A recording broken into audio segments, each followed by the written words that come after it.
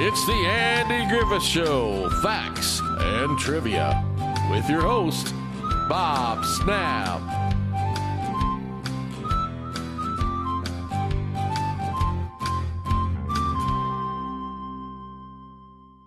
Hi guys, and welcome to the Andy Griffith Show, Facts and Trivia. Appreciate you being here.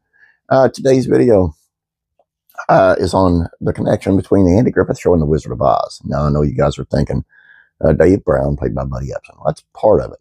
That's not the part I'm talking about. So let's take a look. The Wizard of Oz and the Andy Griffith Show are two American classics. Though they were created a few decades apart, surely there must be some connection between the two. Well, okay, let's start with Buddy Ebsen. The actor best known as Jed Clampett and Barnaby Jones should have been known as the Tin Man or the Scarecrow. He was cast in both roles at some point in the early production of The Wizard of Oz. Initially, he was set to be the brainless straw man until he switched parts with Ray Bolger. Then he was briefly the Tin Man until he had a terrible reaction to the aluminum paint used to make the metal character shine. Alas, Ebsen did not appear in The Wizard of Oz, but he was in Mayberry. He was the hobo and Hobie's hobo friend in an early episode in Season 2 of The Andy Griffith Show. There is an on-screen link between Oz and Andy. If you blink, you'll miss it. Ethelreda Leopold had a long career in the background of Hollywood. The Chicago native was discovered as a teenager. The blonde appeared in Three Stooges shorts, such as Half Shot Shooters, Goof and Saddles, and Wee Wee Monsieur, turning up as a saloon girl or a harem girl. She also took dictation from Charlie Chaplin. She played the secretary in the memorable scene of The Great Dictator. Now, but let's get back to Mayberry.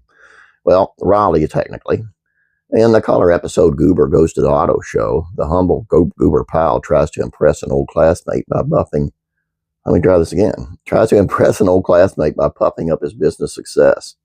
Goober, Andy, Aunt Bee, and Opie meet up with a fellow named Roy for dinner in a fancy restaurant. In the background, one of the other patrons in the restaurant is Ethelreda Leopold. I believe she's the one taking the menu in the image. Here's where it gets uncanny.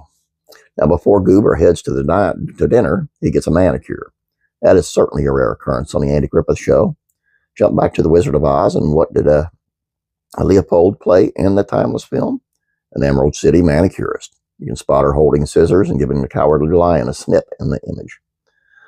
She would continue to turn up in the background of television shows for years. She was a party guest on Columbo, The Waltons, Murder, She Wrote, and Dynasty.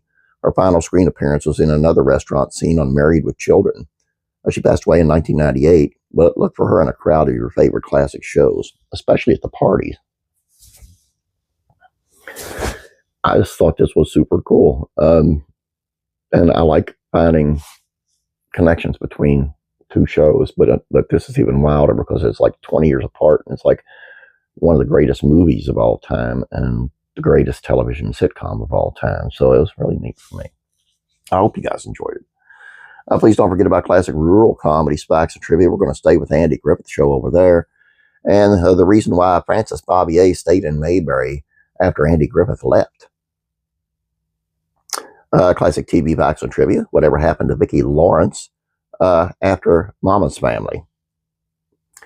And classic rock country music facts and trivia. If I can find her here. The bittersweet song Vince Gill wrote about a friend who committed murder and how Merle Haggard helped him write it. And Faith Entertainment. Dave Mustaine.